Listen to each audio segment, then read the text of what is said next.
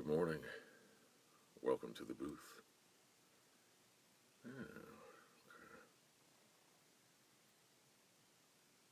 Gotcha. All right, welcome to the Livecast. Voiceover Livecast number 15. Okay. I'm just reviewing some stuff here. Hello, Michele Dalton. You are here. You are number one, which is quite appropriate today. Tim Dietrich.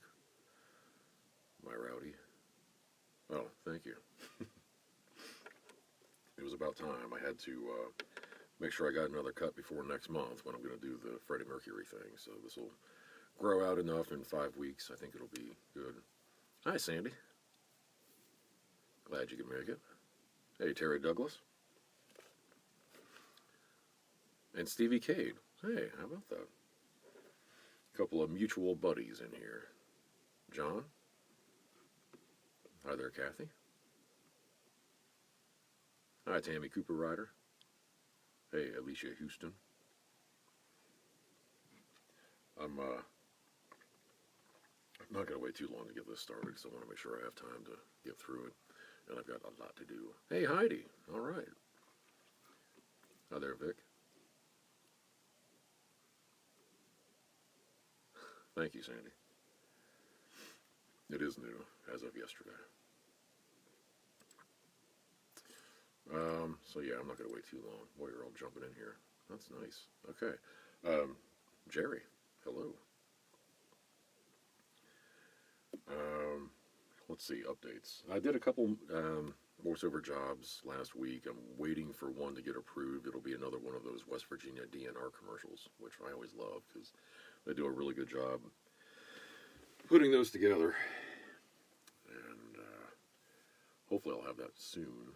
Hi, Shane. And really, that's kind of about it, although I did just start a new romance book that will be published under my pseudonym, so it's another one of those things that you just won't really hear about, but needless to say, I'm staying busy. And then in music land, this has been a weird month. I am just not doing much. Hi, Jim. I had my Friday show last week canceled, and I didn't have anything scheduled for Saturday. So I'm going to go 2 weeks without a show.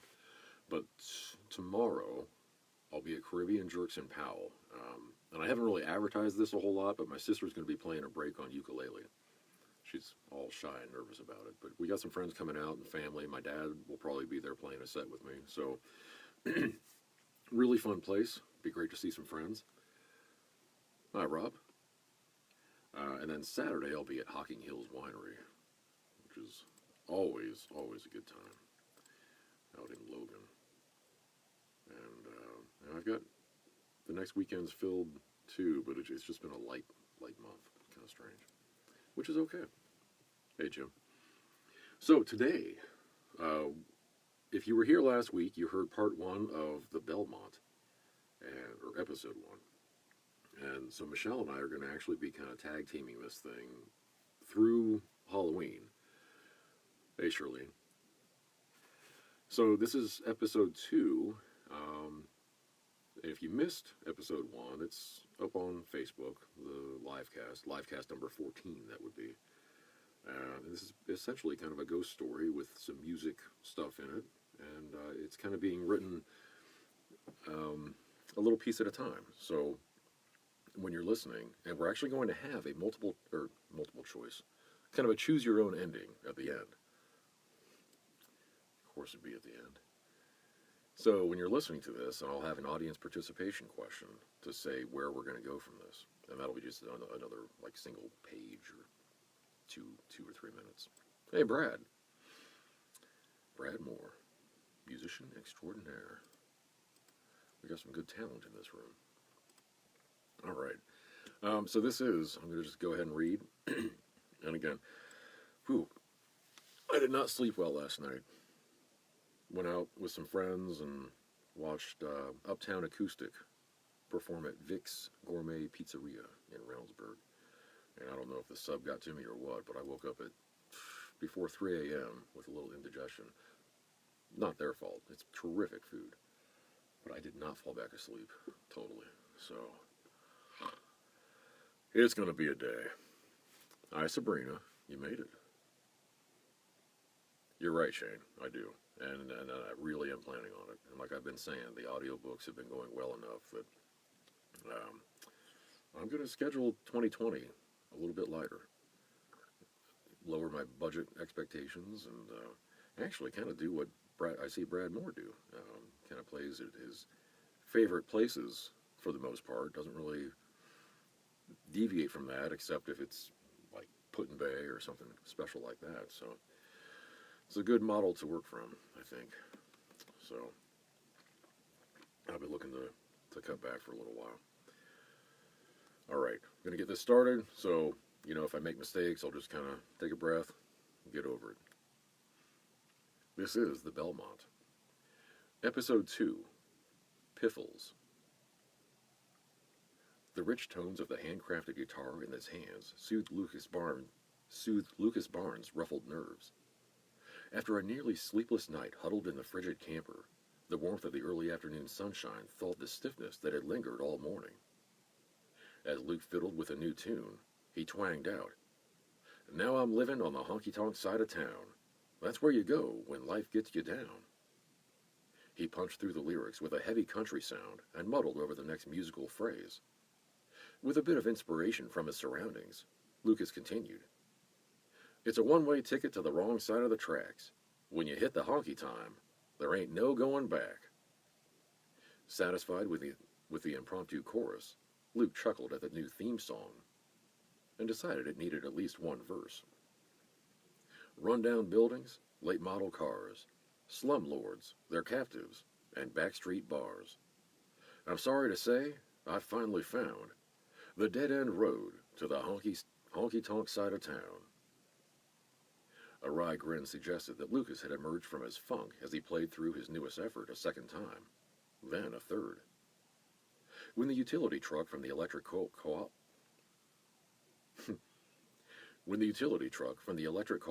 pulled up the side street, Lucas gently laid his pride and joy in its case and tucked the Loudon in with more care than a mother with her newborn. "Boy, am I glad to see you," he greeted when the lineman approached. "If you can't figure out what's going on with the power in this place, I'm going to freeze to death." "We'll get some temporary lines up for you, sir, but you'll want an electrician to check things out before we tie into the buildings."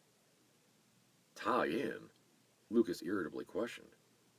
Following the lineman's gesture, Luke glanced at the... Okay. I don't know how to say this word. Normally, if I'm recording, if I'm narrating, I would have looked this up and had it down. So I'm just going to say it how I want to say it.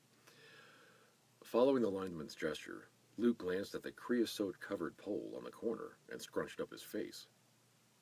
"Hold up. I'm not following you," he finally mumbled as the other man rambled along. "First off, if I need an electrician, I'm hoping you can make a recommendation. And second, why do I need temporary lines? What's something like that cost?"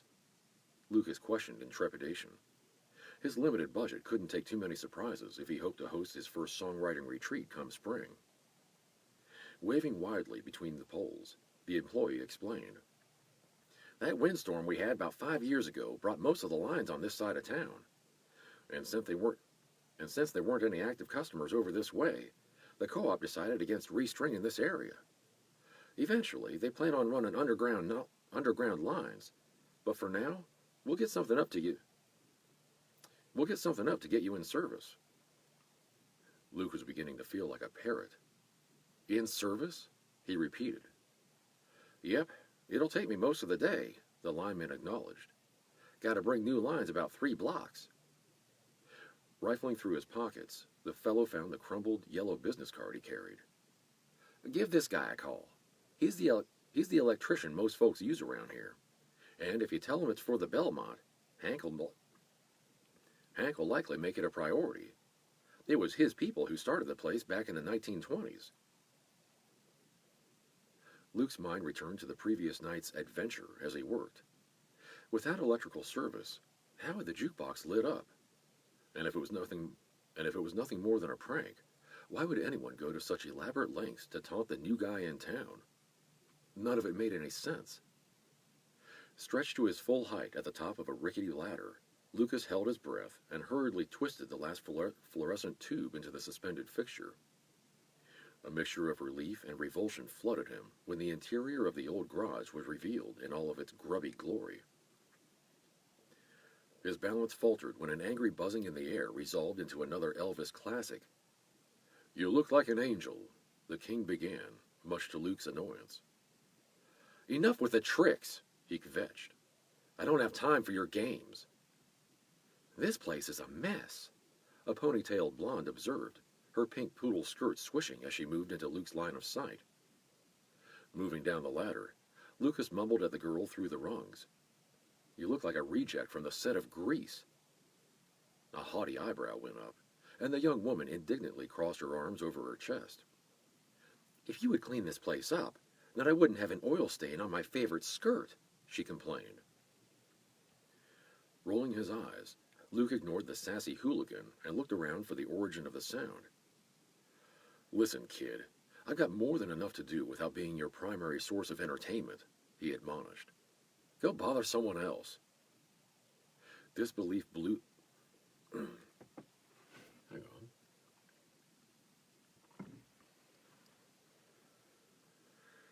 Disbelief blossomed on Luke's face when the enraged girl charged the ladder and hit him full force.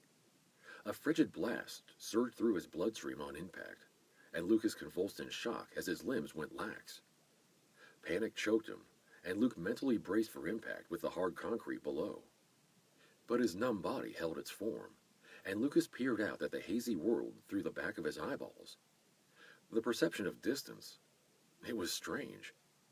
Holy hell, he could see the reverse side of his orbital ridge.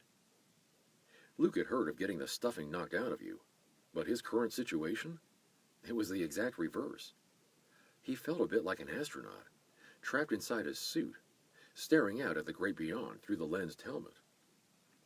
Incredulous, Lucas tried to yell at the troublemaker, only to find the sound echoed inside his head. He pounded at the back of what was surely his own ribcage and demanded release, only to feel a low chuckle rumble through the chest cavity.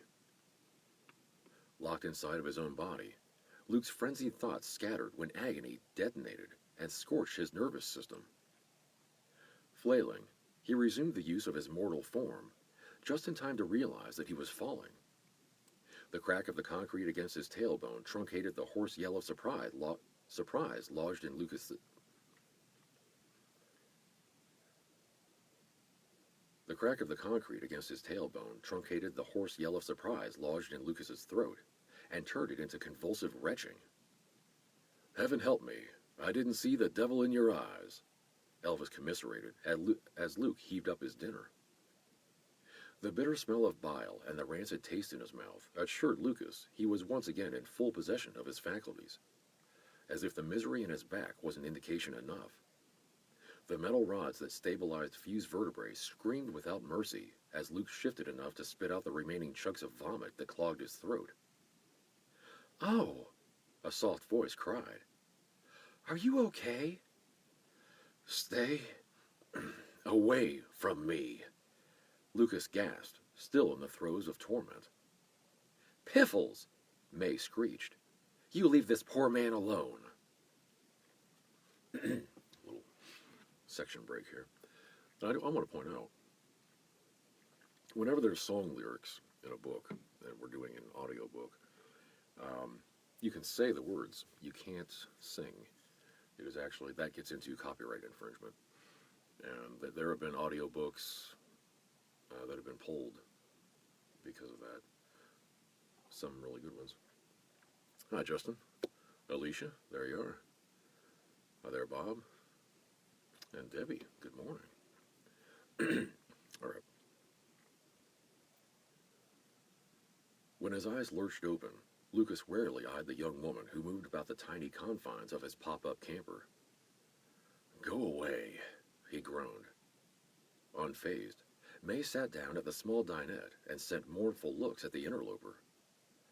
"Well, now you've done it," she quietly observed. The man's pain-filled eyes urged her to be quiet, but May was obligated to warn the stranger. "You shouldn't be messing around in the service station. This is Piffles' territory. Luke ignored the comment and hoarsely rejoined. As soon as I can move, I'm calling the police.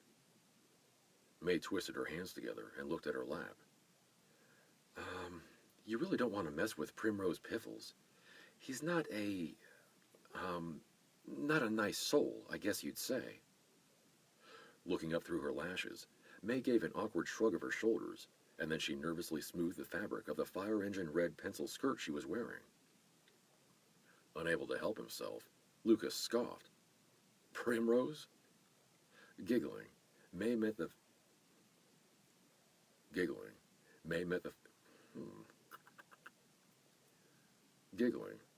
the upset fellow's gaze.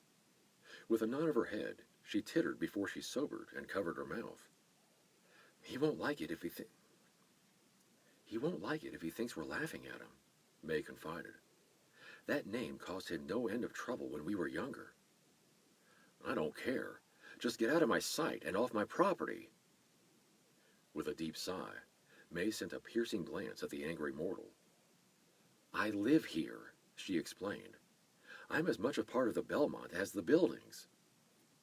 Out! Lucas shouted with the last of his energy. He squinted in astonishment and looked around. The irritating girl was gone. There and gone in the blink of an eye. Miserable and aggravated, Luke considered his condition and concluded that he must be concussed. There was no other explanation for the strange interaction or the episode on the ladder. And, come to think of it, how had he ended up in the camper? Exhausted, Lucas reached for the pain reliever and the glass of water next to his bed. As he was drifting off, it occurred to him to question the presence of the narcotic.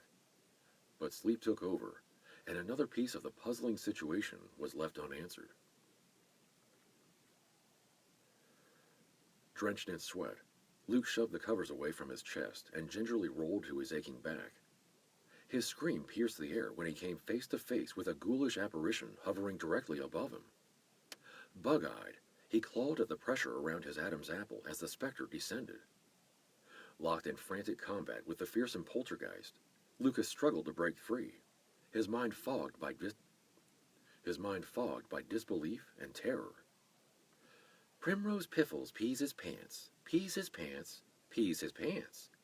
A merry voice sing-songed from near Lucas's left ear. Incensed, the maniacal presence transferred his attention to the supernatural counterpart, and Piffles roared obscenities at the irreverent young woman who mocked him. Distracted by the girl's taunting, his malevolent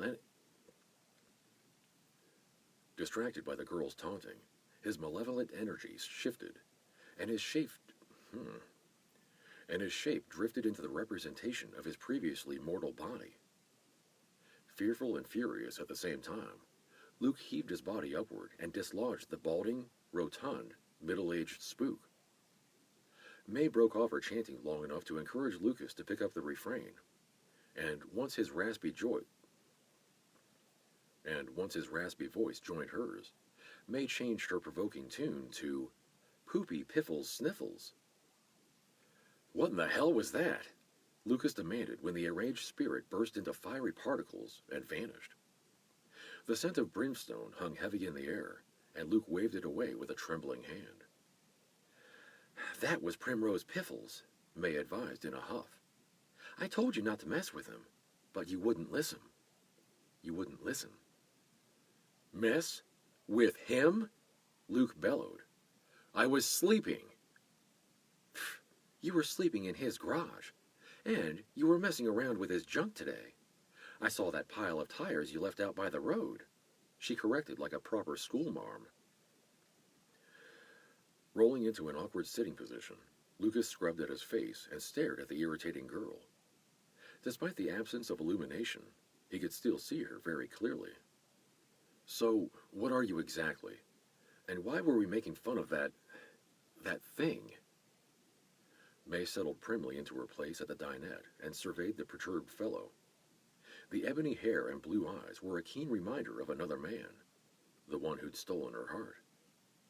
Suddenly shy, May extended her hand.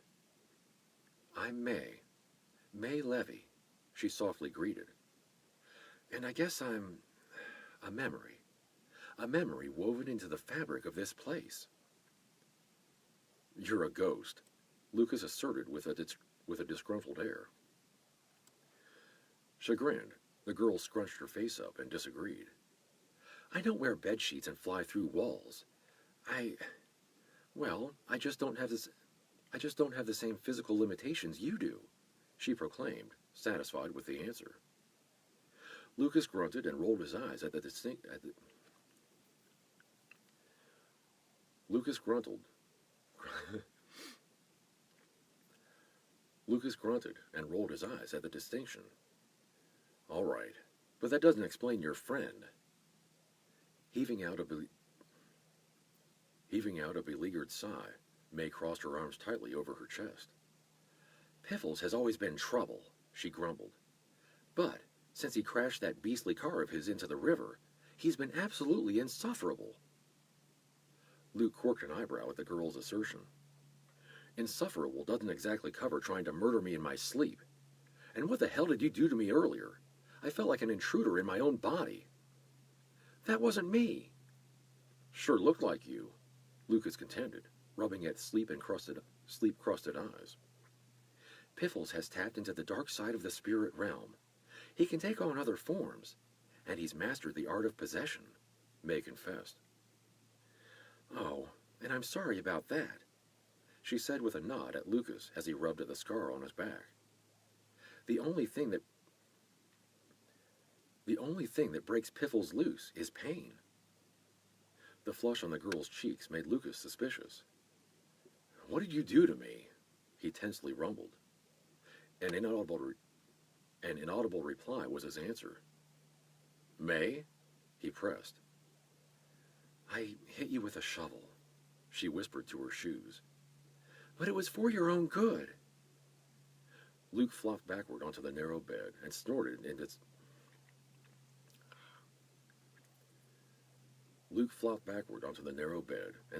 in displeasure. How in God's name was he supposed to host songwriting retreats in a haunted motel? Okay. Hi, John. Jennifer. Sabrina. Okay, I've got one more little section, and this is going to lead into the audience participation question, where you'll get to tell me how you want this to end. Doing good on time, too. Hi, Jared. All right.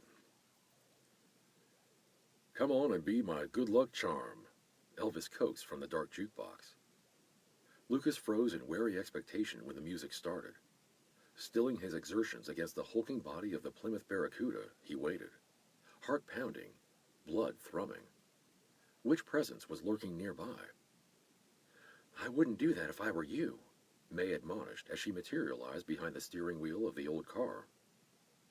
Grunting, Luke redoubled his efforts to move the last piece of corroded junk from the garage. The salvage man would be more than happy to haul the rusted relic away for scrap. And once it was gone, Lucas could concentrate on getting his building and use permits pushed through the city council. Listen to me, the bossy female shrilled. You can't get rid of this car. After multiple conversations with the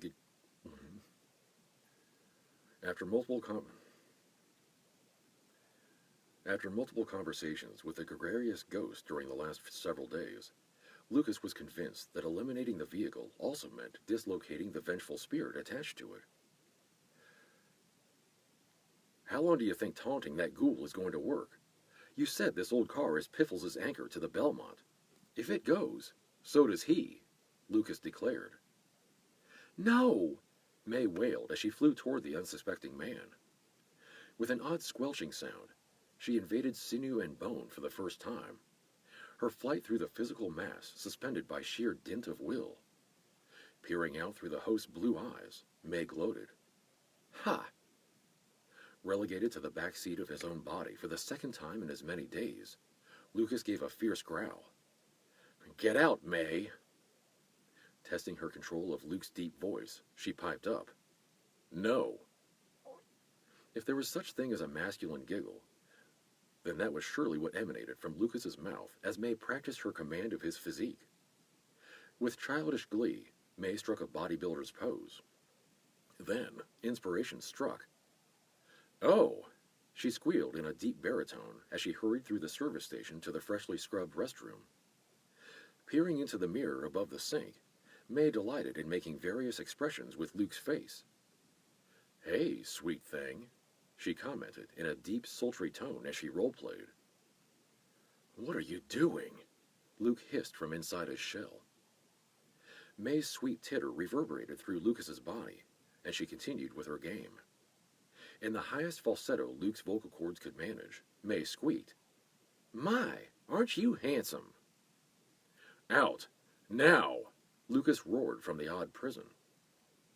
Sobering, May gazed at the man reflected in the mirror. "Can't you feel him?" she questioned through internal dialogue. "Can't you feel that pressure? The force against the top of your skull?" Lucas worriedly acknowledged the odd sensation, something he imagined a deep-sea diver might experience as they descended into the murky depths. "If I go, Piffles will take my place." May's thoughts played in the theater of Luke's mind, and the images she transmitted were horrifying. Scenes of Piffles' previous mayhem and destruction while in possession of a physical host. "Well?" she nervously questioned of her captive. And with that, folks, this is your question. Will Lucas submit to May's ongoing possession, or will he choose to challenge the malevolent spirit of Primrose Piffles? So if you've been here long enough, you know that that May is trying to convince him to not get rid of the car and just to let her be the possessor. Because if Primrose possesses him, all hell could break loose. So I'm going to wait till I get a couple of responses here, because I have two very distinct and unique pages to read.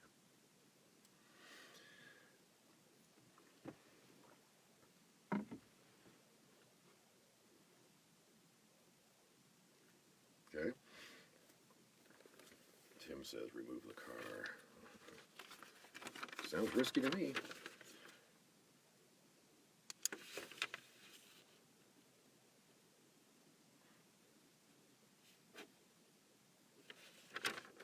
Okay. Anyone else?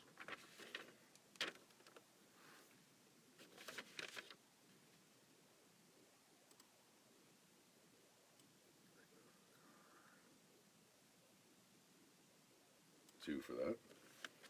You like conflict, do you? All right. I'll wait about 30 more seconds. And in the meantime, thank you again for watching and listening. This has been pretty fun to do this year. Next week will be the Music Livecast, number 16. Tim Dietrich actually suggested, beach songs, I guess.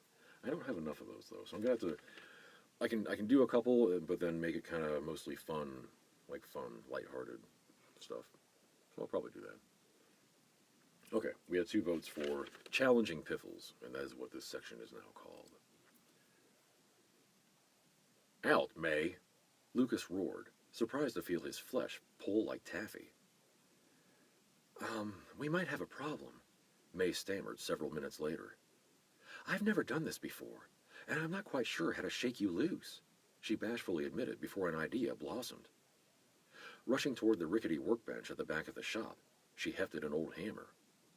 "Hold on, I have an idea." "Don't you dare!" Lucas bellowed in alarm when the outrageous wraith laid his hand out on the workbench. "That's my picking hand." Amiably, May repositioned the implement and let the hammer slip free over Lucas's left foot. With a yowl of pain, Lucas resumed control and scorched the air with every bit of profanity he could recall. "What in the holy hell?" he gasped as he hopped around. "That hurt," May whimpered as she floated to rest atop the workbench. Grunting, Luke resisted making a sarcastic remark as he gingerly put pressure on his damaged foot. "I think I'll take my chances with Piffles," he snapped. "Don't say that," May admonished. "He won't bother you while you're injured, but once Dad is feeling better—" She tapered off before gesturing to the damage. "Well, I don't think I can watch." Galled, Luke griped. "You really get under my skin." An impish grin broke through the pout on May's face, and she giggled hysterically. "I do, don't I?" she teased. "But that's better than Piffles tormenting you, right?" The considering survey May made of him from top to The considering survey May made of him from top to toes made Lucas pause. "Whatever you're thinking, just stop," he protested, wary of the sly glint in the young woman's eyes. "Actually, it is a very good idea," she asserted.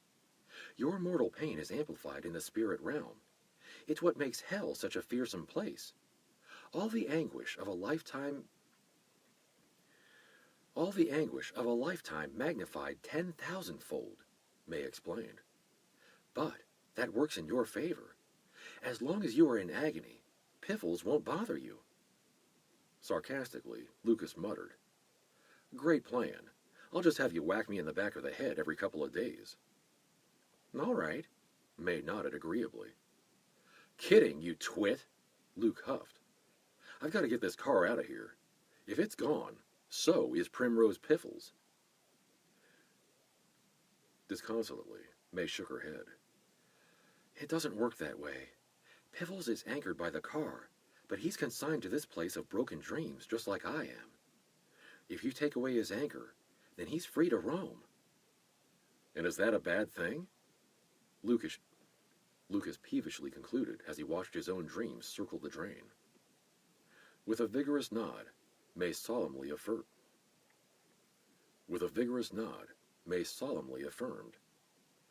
"A very bad thing indeed." The end of episode 2. So there you go. You've set him on a path to challenge Piffles. And in 2 weeks, we will have episode 3 right in our hands and our ears. So thank you again for listening. This is really cool. It's a lot of fun. And again, if you comment on this video on the livecast with more ideas, tell us what you want to hear. Like any ideas on where you want the story to go. Because, see, there you go. Michelle's asking. So don't be shy. Lori English helped out with this one a little bit. She wasn't able to be here this morning. But yes, Michelle has not written episode 3. So that's all. See you all out there.